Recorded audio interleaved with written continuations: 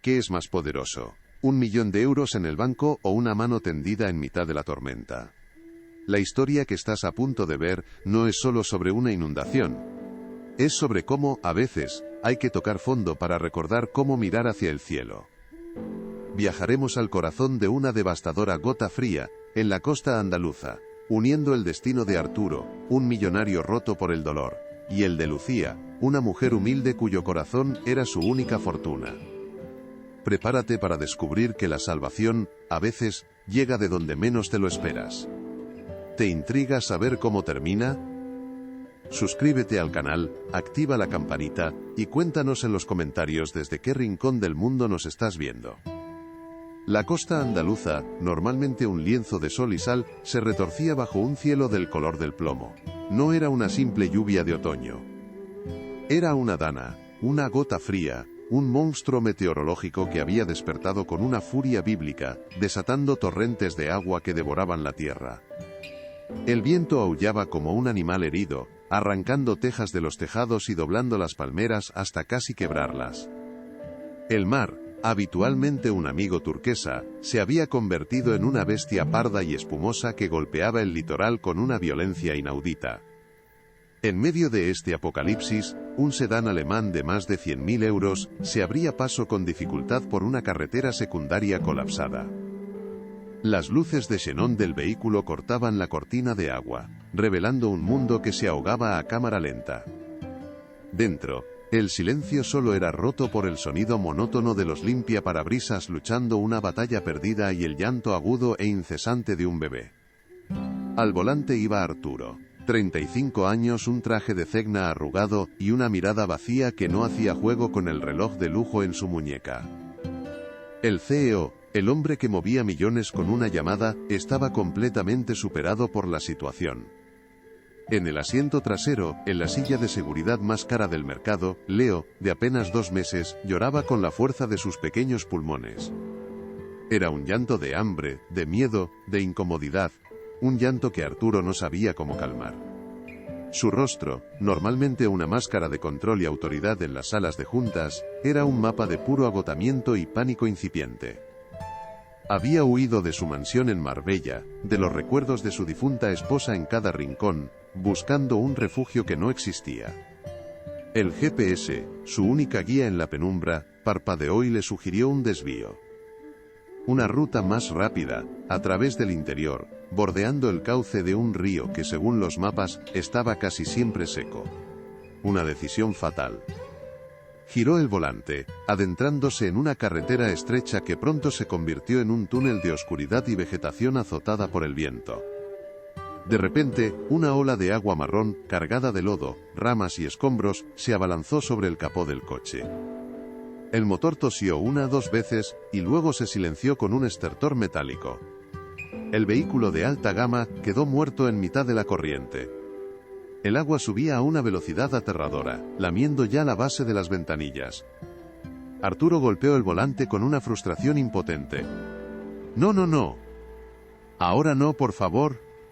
Intentó abrir la puerta pero la presión del agua la mantenía sellada. Estaba atrapado. El coche de lujo, su símbolo de estatus y poder, se había convertido en un ataúd de acero y cristal. El llanto de Leo en el asiento trasero se intensificó, transformándose en un grito desesperado que atravesó a Arturo como un cuchillo helado. El pánico se apoderó de él. A apenas 200 metros de allí, en una pequeña casa de una planta en el barrio obrero de la Ribera, la luz parpadeó y se extinguió, sumiendo la estancia en una oscuridad casi total. La casa de Lucía olía a humedad, a café recién hecho y a la sopa de su abuela. Las paredes, aunque desconchadas por la humedad de otras riadas, estaban cubiertas de fotografías de familia, de vidas vividas con esfuerzo y cariño. Lucía, de 28 años, colocaba con rapidez trapos y toallas viejas bajo la puerta principal, una barrera inútil contra el río que ya se había adueñado de su calle. Su ropa era sencilla, unos vaqueros gastados y un jersey de lana, pero sus movimientos eran precisos, eficientes. Su abuela Inés, de 75 años, rezaba en voz baja sentada sobre la mesa del comedor, con los pies en alto, para no tocar el agua que ya empezaba a filtrarse por el suelo. «El cielo se va a caer, mi niña», Esta no es una tormenta cualquiera, murmuró la anciana con la calma de quien ya lo ha visto todo. Lo sé, abuela. Tú no te muevas de ahí, respondió Lucía, su voz firme por encima del estruendo del agua. Se asomó a la pequeña ventana, limpiando el vaho con la manga. La calle de su infancia había desaparecido bajo un torrente furioso. Los contenedores de basura flotaban como barcos a la deriva, y entonces lo vio. Los faros de un coche de lujo, casi completamente sumergido. Una imagen surrealista en la pobreza de su barrio. Una isla de riqueza hundiéndose en un mar de desgracia. Sintió una punzada de extraña indiferencia, otro rico perdido que había tomado el camino equivocado. Pero entonces aguzó el oído. Por encima del rugido de la tormenta, por encima del golpeteo incesante de la lluvia contra su tejado, le llegó un sonido. Débil, casi imperceptible pero inconfundible. El llanto de un bebé. Su corazón se detuvo por un instante y luego comenzó a latir con una fuerza desbocada. No hubo un proceso de pensamiento, ni un cálculo de riesgos. Fue una reacción visceral, un instinto más antiguo y poderoso que el miedo. «Abuela, ahora vuelvo, no te muevas de aquí», gritó, su decisión ya tomada. Se giró hacia la puerta, hacia la furia del agua, sin mirar atrás a la cara de espanto de su abuela, que solo pudo susurrar un ruego al aire. «Lucía, por el amor de Dios». Lucía no dudó, empujó la pesada puerta de madera, que cedió con un gemido contra la fuerza del agua. La riada, un monstruo de lodo y furia, se abalanzó sobre ella, helada y violenta, llegándole casi a la cintura. Avanzó a tientas, con el cuerpo en tensión, usando las paredes de las casas vecinas como guía. Cada paso era una batalla contra la corriente que arrastraba ramas y basura. Sus ojos estaban fijos en aquella luz intermitente, la tumba de metal donde una vida diminuta se estaba apagando. Al llegar al coche golpeó el cristal con los nudillos. El rostro de Arturo, pálido y descompuesto, se giró hacia ella. Era la cara del puro terror, la de un hombre que ha perdido por completo el control. «Baja la ventanilla, rápido», gritó ella, su voz rasgando el estruendo de la tormenta. Arturo, en un acto de fe ciega, obedeció. El mecanismo eléctrico protestó, pero la ventanilla descendió lo suficiente. Sin mediar palabra, le pasó el bulto tembloroso y empapado de su hijo. Lucía lo cogió, atrayéndolo contra su pecho, protegiéndolo del azote del agua con su propio cuerpo. «Ahora sal tú, por la otra puerta». «Empuja con todas tus fuerzas», le ordenó. Arturo se arrastró por el interior del coche inundado. Consiguió abrir la puerta del copiloto y la corriente lo zarandeó, casi derribándolo. Salió del vehículo, desorientado, mientras el sedán de lujo se hundía un poco más en el agua turbia. «Sígueme». «Agárrate al muro», gritó Lucía por encima del hombro, iniciando el arduo camino de vuelta. Él la siguió, torpe, asustado, un hombre poderoso reducido a la más absoluta dependencia. Ella, con el bebé asegurado en un brazo, se movía con una determinación que a él le pareció sobrehumana. Al entrar en la pequeña casa, el contraste fue brutal. El calor de una vela, el olor a humedad y a caldo de la abuela. Arturo se derrumbó en el suelo, empapado y temblando, mientras Lucía, sin perder un segundo, se convertía en un torbellino de eficiencia. Con una delicadeza que desmentía la urgencia, le quitó a Leo la ropa mojada, lo secó con una toalla áspera pero limpia y lo envolvió en una manta de lana de su abuela. El llanto del bebé cesó, reemplazado por un suspiro de alivio. Arturo observaba la escena desde el suelo, sin aliento. Aquella mujer, una completa desconocida, había actuado con una calma y una autoridad que él, con todos sus recursos, había perdido por completo. «Gracias», susurró, la voz rota por la emoción y el agotamiento. Lucía ni siquiera lo miró, su atención estaba centrada en el pequeño. «De nada», respondió ella, mientras improvisaba una cuna con 2 cajones de una cómoda y más mantas. «Aquí, cuando el río se enfada, nos ayudamos. Es la única ley que funciona». Inés, la abuela, se acercó a Arturo y le tendió una taza humeante y una toalla seca. «Beba, hijo, para calentar el alma», dijo con una voz suave. El simple gesto de bondad casi deshizo a Arturo. El día siguiente amaneció con un sol pálido que iluminaba un paisaje de devastación. El agua había bajado, pero había dejado tras de sí una capa espesa de lodo y escombros.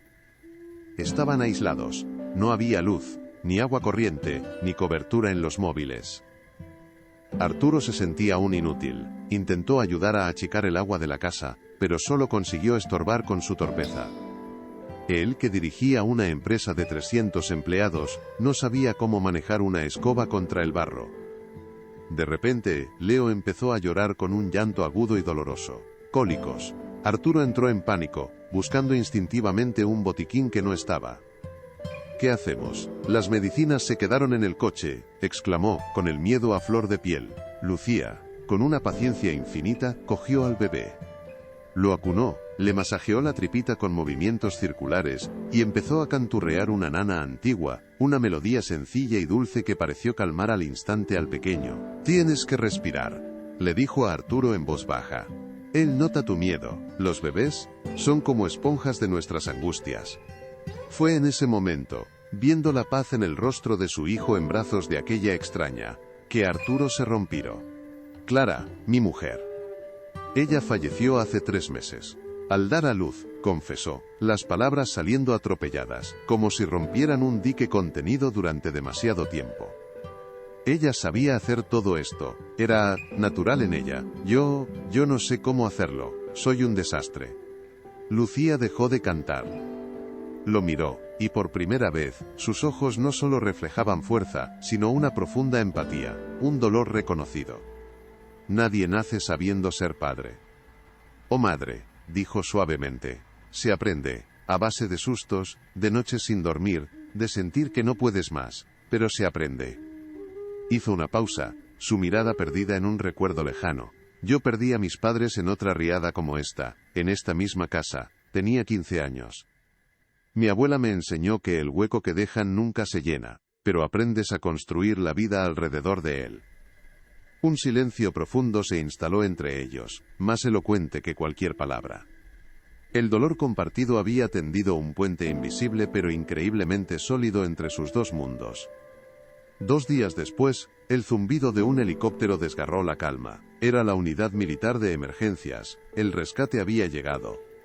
Arturo, que había conseguido cargar su móvil en el generador de un vecino, se transformó.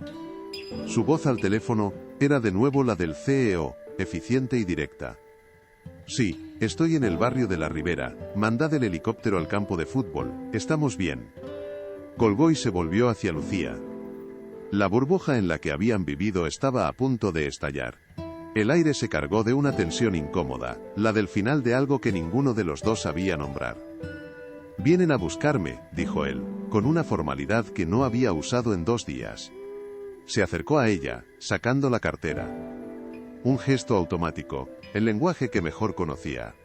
Lucía, yo nunca podré pagarte esto, quiero recompensarte, lo que quieras, te compro una casa nueva, lejos del río. Dinero, pide lo que sea. El rostro de Lucía se endureció. La ternura que había albergado se congeló, convirtiéndose en una máscara de orgullo herido. La oferta, aunque bien intencionada, era una bofetada. La reducía a una transacción, a un problema resuelto con un cheque. No quiero tu dinero, Arturo, replicó, su voz fría como el agua de la riada. No salvé a tu hijo esperando una recompensa. Lo hice porque era un bebé que me necesitaba, eso es todo. Él intentó explicarse, pero ella lo cortó. Sé lo que quieres.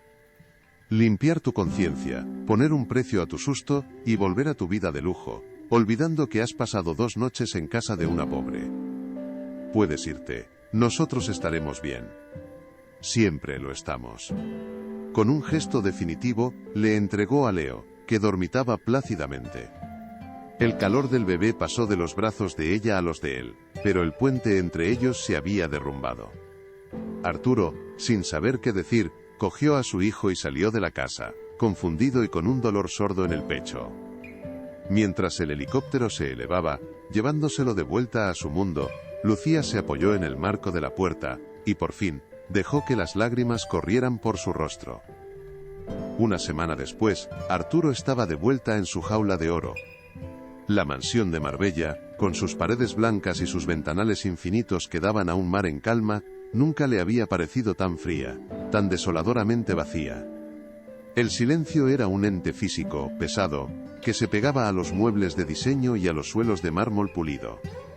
Había contratado a una nueva niñera, una mujer con un uniforme impecable y un currículum que incluía 3 idiomas y un máster en pedagogía infantil. Usaba una aplicación en su tablet para monitorizar el sueño de Leo, la temperatura de su biberón y hasta la calidad del aire en la habitación. Pero nada de eso funcionaba. Leo lloraba. No era el llanto desesperado de la inundación, sino un quejido constante, un lamento de profunda incomodidad. Arturo observaba desde el umbral de la puerta, sintiendo esa misma impotencia que lo había paralizado en el coche. La niñera mecía al niño con una técnica perfecta pero sin alma. Era un movimiento mecánico, una tarea más en su lista de quehaceres. Despidió a la niñera con una excusa educada, y se quedó a solas con su hijo. Lo cogió en brazos, sintiendo el pequeño cuerpo tenso contra el suyo. El bebé se revolvió, su carita arrugada en un puchero de infelicidad. Arturo caminó por el salón, un espacio tan grande que el eco de sus pasos parecía burlarse de su soledad. Fue entonces cuando lo intentó. Recordó la melodía que Lucía canturreaba en la penumbra de su pequeña casa, una melodía que había parecido tejer un hechizo de paz sobre su hijo. Abrió la boca y un sonido torpe, desafinado, salió de sus labios.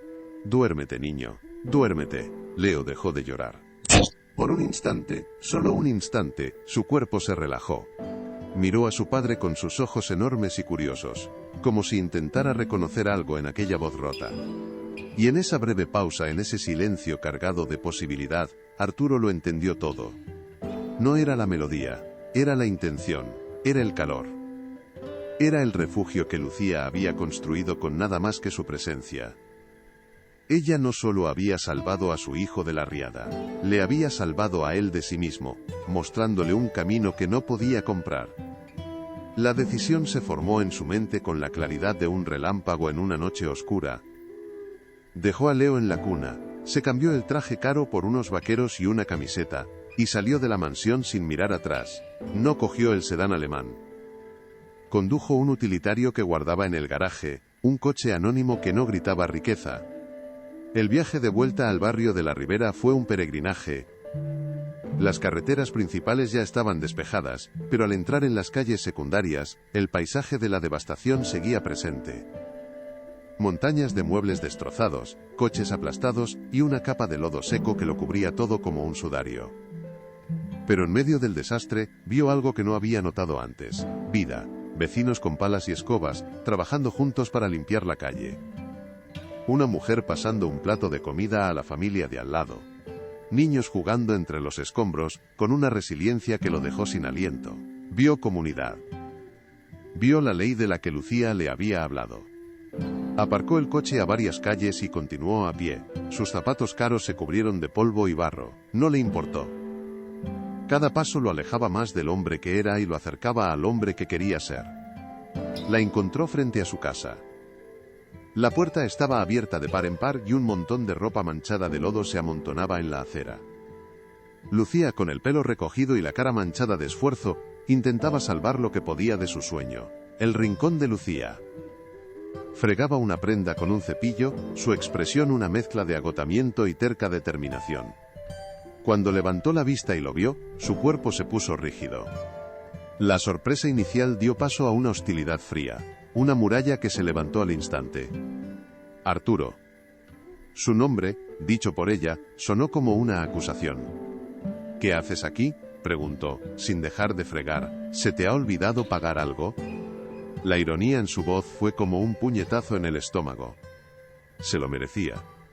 Lucía, comenzó él, la voz más insegura de lo que jamás la había usado en una sala de juntas. He venido a pedirte perdón.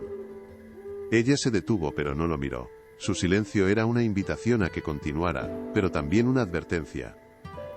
Fui un idiota, dijo él acercándose un paso, un arrogante. Me ofreciste tu casa, tu comida, salvaste la vida de mi hijo, y yo te ofrecí dinero. Como si pudieras ponerle un precio a la decencia, a la humanidad. Hizo una pausa, tragando saliva. Es el único lenguaje que conocía. El único que creía que importaba, pero me equivoqué. Tú me enseñaste que hay otro idioma. Uno que no entiendo, pero que necesito aprender desesperadamente. Lucía finalmente levantó la vista. Sus ojos, cansados pero increíblemente claros, lo escrutaron, buscando la mentira, la trampa. No encontró ninguna. Solo a un hombre roto que intentaba recoger sus pedazos. No he venido a darte nada, Lucía, continuó Arturo, su voz temblando ligeramente. He venido a pedir. Ella frunció el ceño, confundida. No sé ser padre, confesó, y decir esas palabras en voz alta fue a la vez aterrador y liberador. Estoy solo y aterrorizado, pero en esos 2 días, en tu casa, viéndote con Leo, por primera vez sentí que no era imposible. Sentí esperanza. Extendió sus manos, vacías, un gesto de completa rendición. No quiero olvidar lo que pasó en esta casa, no quiero borrarlo con un cheque. Quiero que sea el cimiento de todo lo demás. Lucía seguía en silencio, pero la tensión en sus hombros había disminuido un poco. Estaba escuchando. Tu sueño, dijo él señalando la ropa embarrada. La tienda, el rincón de Lucía, Bonnie. No es solo un sueño bonito, es una idea brillante. La ropa de segunda mano, la economía circular, es el futuro, es un negocio con alma. La miró directamente a los ojos, con toda la sinceridad de la que fue capaz.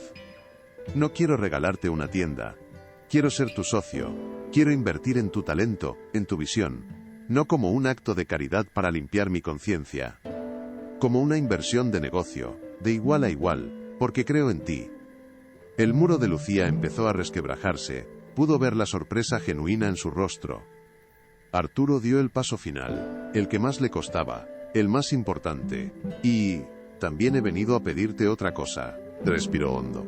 Necesito que me enseñes bien la nana. La he intentado cantar y soy un desastre. Leo la echa de menos. Hizo una pausa, y añadió en un susurro cargado de emoción. Y creo que yo también. En ese momento, la presa se rompió. Una lágrima solitaria, luego otra, rodaron por las mejillas de Lucía, surcando el polvo y el cansancio. No eran lágrimas de tristeza, sino de una emoción abrumadora, la liberación de una rabia y un dolor que la habían estado ahogando. Miró las manos de Arturo, sucias. Miró sus ojos, despojados de toda arrogancia. Ya no era el millonario perdido, era solo Arturo, un padre asustado intentando encontrar el camino a casa. Una pequeña sonrisa, temblorosa pero real, se abrió paso en sus labios, limpió sus lágrimas con el dorso de la mano. Duérmete niño, corrigió, su voz suave pero firme, y la estás cantando fatal. ¿Te está gustando esta historia? Deja un like y suscríbete al canal. Ahora continuamos con el vídeo. 6 meses después, en una de las esquinas más transitadas del rehabilitado barrio de La Ribera, una tienda con una fachada pintada de azul y geranios en las ventanas llamaba la atención. Un letrero de madera, tallado a mano anunciaba, El Rincón de Lucía. Dentro, el lugar bullía de vida. Percheros llenos de ropa única, estanterías con objetos vintage, y un ambiente cálido que invitaba a quedarse. Lucía estaba detrás del mostrador, radiante, charlando animadamente con una clienta. Su abuela, Inés, ocupaba una butaca de honor cerca de la entrada, observando a su nieta con un orgullo que no le cabía en el pecho. La puerta se abrió y entró Arturo, empujando un carrito de bebé, donde un Leo de 8 meses balbuceaba feliz, señalando las luces de colores. Arturo no llevaba traje, sino unos vaqueros y un polo. Le pasó un café a Lucía por encima del mostrador y le guiñó un ojo. Su relación no se había convertido en un romance de película, sino en algo mucho más profundo y real. Una familia forjada en la adversidad, socios en la vida y en los negocios. Él había aprendido a cambiar pañales, a calmar cólicos, y por fin, a cantar la nana casi afinada.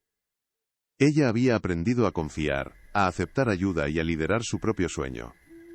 Mientras Arturo ayudaba a una clienta a alcanzar un vestido de un perchero alto, Lucía lo observó. Se dio cuenta de que la riada no les había quitado nada. Al contrario, les había traído todo lo que no sabían que necesitaban.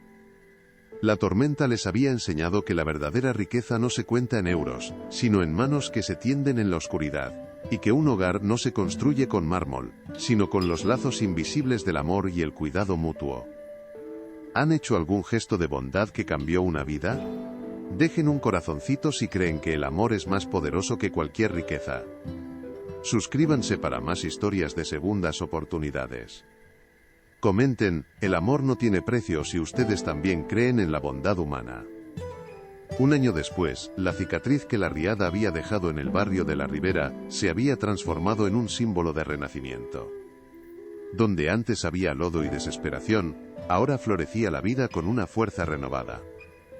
El epicentro de esta transformación era una esquina luminosa, pintada de un azul añil que recordaba al mar en calma, con geranios rojos desbordándose de las ventanas. Un letrero de madera, tallado con esmero, anunciaba con orgullo, el Rincón de Lucía. El interior no era una tienda, era un refugio. Olía a lavanda, a libros viejos y a la promesa de una segunda oportunidad. Cada prenda en los percheros, cada objeto en las estanterías de madera reciclada, contaba una historia. No era un negocio de compraventa, era un archivo de vidas que continuaban, un lugar donde el pasado no se desechaba, sino que se honraba, y se le daba un nuevo propósito. Lucía, de pie detrás de un mostrador hecho con la vieja puerta de su casa, era la guardiana de ese universo. La sombra de cansancio en su mirada había sido reemplazada por un brillo de confianza y propósito. Se movía con la gracia de quien ha encontrado su lugar en el mundo, su risa era una melodía constante que llenaba el espacio, tejiendo una red de calidez que atrapaba a todo el que entraba. «Este vestido tiene tu nombre, Carmen», le decía a una vecina, sus ojos expertos detectando la combinación perfecta. «Te va a dar la fuerza que necesitas para esa entrevista de trabajo». No vendía ropa, repartía armaduras de autoestima, pequeños amuletos de esperanza cosidos con hilo y cariño. Sentada en una butaca de mimbre, en un rincón de honor desde donde podía verlo todo, la abuela Inés observaba a su nieta. Ya no rezaba por el miedo a la tormenta, sino que susurraba oraciones de pura gratitud. En su rostro cada arruga era una línea en un mapa de orgullo desbordado, el orgullo de ver la semilla de resiliencia que plantó en Lucía florecer en un jardín para toda la comunidad. La campanilla de la puerta sonó, y la luz del sol de la tarde trajo consigo dos figuras. Arturo, vestido con una camisa de lino arremangada y unos vaqueros gastados, empujaba un cochecito. A su lado, dando pasitos torpes pero decididos, caminaba un pequeño torbellino de energía de casi 2 años, el pelo rubio, los ojos inmensos y curiosos. Era Leo. El niño soltó la mano de su padre y corrió hacia el mostrador con una risa contagiosa, sus bracitos extendidos. «Luz, Luz», gritó, su apodo para ella, la mujer que era su faro. Lucía salió de detrás del mostrador y lo levantó en un abrazo que era pura devoción, hundiéndose en el olor a infancia y a futuro. Arturo se apoyó en el marco de la puerta, observando la escena. Una sonrisa genuina, que le llegaba a los ojos, había borrado permanentemente la máscara de CEO atormentado. Su relación con Lucía no había florecido en un romance de película, sino en algo más profundo y sólido, una alianza de almas, una sociedad basada en el respeto mutuo, y un afecto que no necesitaba etiquetas. Él no era un simple inversor fantasma, pasaba las tardes allí, no dando órdenes, sino aprendiendo. Había descubierto un talento oculto para reparar muebles viejos, y sus manos, antes acostumbradas a firmar contratos millonarios, ahora lijaban, barnizaban y devolvían la vida a sillas y cómodas olvidadas. Era su terapia, su conexión con lo tangible, con lo real. Su asociación había sido la simbiosis perfecta. Lucía aportó el alma, la visión y el conocimiento del corazón humano. Arturo aportó la estructura, la estrategia de negocio y la capacidad de ver el potencial a gran escala. Juntos no solo habían creado una tienda, sino un modelo de negocio social que ya estaba siendo estudiado en escuelas de emprendimiento. Pero su mayor logro no estaba entre esas 4 paredes. Con el primer año de beneficios habían hecho algo que Arturo nunca habría imaginado. Crearon la Fundación La Ribera Renace, un pequeño fondo destinado a ofrecer microcréditos sin interés a otros pequeños comerciantes del barrio que lo habían perdido todo en la inundación. La fundación era el corazón palpitante de su proyecto. Financiaba desde la reparación de un horno en la panadería de la esquina hasta la compra de nuevas herramientas para el viejo taller de carpintería. No daban caridad, invertían en la dignidad y la capacidad de trabajo de sus vecinos, devolviendo la confianza que la riada les había robado. Un hombre mayor entró en la tienda dejando una caja de pasteles recién hechos sobre el mostrador. «Para vosotros», dijo con una sonrisa. Era Manuel, el panadero, cuyo negocio había vuelto a la vida gracias a uno de sus microcréditos. Ese gesto, esa caja de dulces, valía para Arturo más que cualquier dividendo de sus antiguas inversiones. Al caer la tarde, cerraron la tienda. Los tres salieron a la calle, ahora tranquila y limpia.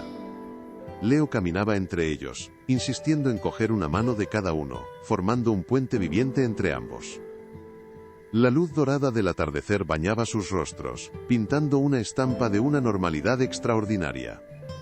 A veces, por la noche cuando Leo duerme, comenzó Arturo en voz baja, pienso en aquel coche hundiéndose en el agua. Y me doy cuenta de que el que se estaba ahogando no era él, era yo. Miró a Lucía, y en sus ojos había una gratitud tan inmensa que las palabras se quedaban cortas. Tú no solo nos salvaste de la riada, Luz, nos salvaste de todo lo demás. Lucía apretó su mano, su mirada fija en el horizonte donde el sol se despedía. Tú también me salvaste a mí, Arturo, respondió con una sinceridad serena. Me enseñaste que mi sueño no era pequeño. Me diste las herramientas para construirlo tan grande como mi corazón quería, me enseñaste a aceptar ayuda, a confiar. No eran marido y mujer, no eran amantes. Eran algo más raro y, quizás, más fuerte. Eran una familia. Una familia forjada no por la sangre, sino por la elección. Una familia nacida de una noche de terror y reconstruida día a día con paciencia, respeto y un amor incondicional que se manifestaba en cada gesto cotidiano. Leo se detuvo para señalar un gato que dormitaba en un alféizar, su risa infantil rompiendo el silencio de la tarde. Él era la prueba viviente de su milagro. Un niño que crecía bañado en un afecto genuino, seguro en el nido construido por dos personas de mundos opuestos que habían encontrado su centro el uno en el otro. Miraron a su alrededor. El barrio ya no era solo un lugar en el mapa, era un testimonio de la resiliencia humana. Las casas estaban reparadas, las calles limpias, pero el cambio más profundo estaba en el aire, en la forma en que los vecinos se saludaban, en la red de apoyo que se había fortalecido en la adversidad. El rincón de Lucía era el ancla de esa nueva comunidad. La gota fría había sido una catástrofe que arrasó con todo, pero al retirar sus aguas, había dejado la tierra fértil, había limpiado el terreno de vidas vacías y sueños postergados, permitiendo que algo nuevo, honesto y profundamente humano echara raíces. Para Arturo, Lucía y el pequeño Leo, la tormenta no había sido el final, sino el verdadero y milagroso comienzo de todo.